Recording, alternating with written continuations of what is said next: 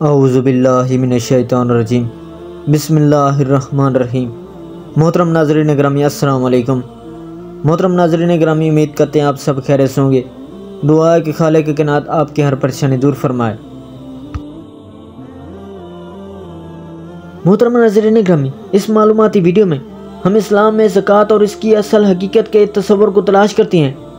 فقہ جعفریہ کی روح سے زکوٰۃ کا اصل حقوق ایک سوچنے والا موضوع ہے جس نے مسلمانوں میں بہت ساری بحث و مباحثے کو جنم دیا ہے۔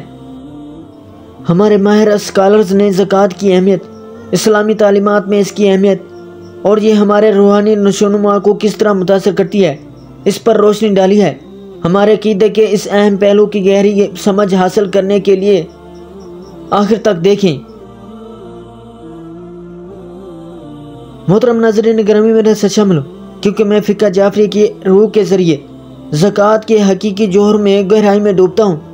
کیا میں اس کی اصل اہمیت کو دریافت کر سکتا ہوں؟ محترم ناظرین گرامی، اسلام کا تیسرا ستون زکوٰۃ اکثر غلط فہمی میں مبتلا ہوتا ہے اور اسے محض مالی ذمہ داری سے کم کر دیا جاتا ہے۔ لیکن کیا ہوگا اگر میں نے آپ کو بتایا کہ اس میں اور بھی بہت کچھ ہے؟ آج ہم زکوٰۃ کی اصل نوعیت کو تلاش کرنے جا رہے ہیں اور میں آپ کو دعوت دیتا ہوں کہ وہ دریافت کے اس سفر میں میرے ساتھ شامل ہوں۔ محترم ناظرین گرامی، ہم میں بہت سے لوگ زکوٰۃ کو صرف ایک اور ٹیکس کے طور پر دیکھتے ہیں، ایک لازمی عطیہ جو ہمیں ہر سال دینا پڑتا ہے۔ لیکن یہ خیال حقیقت سے آگے نہیں ہو سکتا۔ زکوٰۃ ایک عبادت ہے، ہماری روح اور مال کو پاک کرنے کا ایک طریقہ ہے اور ہماری برادریوں میں توازن قائم کرنا ہے۔ یہ صرف اپنی آمدنی کا ایک حصہ دینے کے بارے میں نہیں ہے، یہ اپنے اندر ہمدردی اور سماجی ذمہ داری کا احساس پیدا کرنے کے بارے میں ہے۔ محترم ناظرین گرامی، ہم اکثر زکوٰۃ کے مالی پہلو پر توجہ مرکوز کرتے ہیں، لیکن اس کے روحانی جہتوں کا کیا ہوگا؟ کیا ہمیں یہ احساس نہیں ہے کہ زکوٰۃ کو دے کر ہم صرف غریبوں اور مسکینوں کی مدد نہیں کر رہے ہیں بلکہ ہم اپنے دلوں اور جانوں کو بھی پاک کر رہے ہیں؟ زکوٰۃ صرف کم خوش قسمت لوگوں کی حمایت کرنے کا ایک ذریعہ نہیں ہے بلکہ یہ خود کی عکاسی اور خودکشی اور ذاتی ترقی کا ایک ذریعہ بھی ہے۔ محترم ناظرین گرامی، زکوٰۃ کے بارے میں ایک اور غلط فہمی یہ ہے کہ یہ دولت مندوں کے لیے صرف واجب ہے، لیکن سچ یہ ہے کہ زکوٰۃ ایک ایسی ذمہ داری ہے جو ان کی مالی صورتحال سے قطع نظر ہر مسلمانوں کے کندھوں پر قائم ہے۔ یہاں تک کہ غریبوں اور ضرورت مندوں کو بھی زکوٰۃ دینے کی ترغیب دی جاتی ہے، اگرچہ وہ تھوڑی سی صلاحیت میں ہوں۔ ان کے اندر شکر گزاری، عاجزی اور اجتماعی جذبہ پیدا کریں۔ محترم ناظرین گرامی، زکوٰۃ کی تاریخ اسلامی تعلیمات اور طریقوں سے گہری جڑی ہوئی ہے۔ قرآن و حدیث زکوٰۃ کے حوالے سے بھرے پڑے ہیں۔ سماجی انصاف اور ہمدردی کو فروغ دینے میں اس کی اہمیت پر زور دیتے ہیں۔ در حقیقت رسول اللہ صلی اللہ علیہ وسلم نماز اور روزے کے ساتھ ساتھ زکوٰۃ کو اسلام کے اہم ترین ستونوں میں سے ایک سمجھتے تھے۔ نبی اکرم صلی اللہ علیہ وسلم کی زندگی اور ابتدائی مسلم برادری کی زندگی کا مطالعہ کر کے ہم ایک منصفانہ اور مساوی معاشرے کی تعمیر میں زکوٰۃ کی اہمیت کے بارے میں گہری تفہیم حاصل کر سکتے ہیں۔ محترم ناظرین گرامی، زکوٰۃ کا بنیادی اصول قرآن مجید میں اللہ تعالیٰ نے مسلمانوں کو باقاعدہ صدقہ جاریہ قائم کرنے کا حکم دیتا ہے، جو کہ زکوٰۃ کا ایک بنیادی اصول ہے۔ یہ حکم و توحید یا خدا کی وحدانیت کے تصور سے گہرا تعلق ہے۔ اس بات پر زور دیتا ہے کہ ہماری دولت اور وسائل بالآخر اللہ کی امانت ہیں اور یہ کہ ہم ان کے استعمال کے لیے اس کے سامنے جواب دہ ہیں۔ محترم ناظرین گرامی، زکوٰۃ کی اہمیت، حدیث کا لٹریچر بھی زکوٰۃ کے بارے میں تعلیمات سے مالا مال ہے جو سماجی ناانصافیوں کو دور کرنے اور اجتماعی ہم آہنگی کو فروغ دینے میں اس کے کردار کو اجاگر کرتا ہے۔ نبی اکرم صلی اللہ علیہ وسلم اکثر زکوٰۃ کے فنڈز خود تقسیم کرتے تھے، اس بات کو یقینی بناتے ہوئے کہ آپ صلی اللہ علیہ وسلم لوگوں تک پہنچیں جنہیں آپ صلی اللہ علیہ وسلم کی سب سے زیادہ ضرورت ہے۔ آپ صلی اللہ علیہ وسلم کی مثال پر عمل کرنے سے ہم اپنی روزمرہ کی زندگی میں ہمدردی، مہربانی اور فیاضی کی اہمیت کے بارے میں قیمتی سبق سیکھ سکتے ہیں۔ محترم ناظرین گرامی، میں ایک ایسی کہانی شیئر کرنا چاہتا ہوں جو زکوٰۃ کی تبدیلی کی طاقت کو واضح کرے۔ کچھ سال پہلے میں نے ایک نوجوان عورت سے ملاقات کی جو اختتام کو پورا کرنے کے لیے جدوجہد کر رہی تھی۔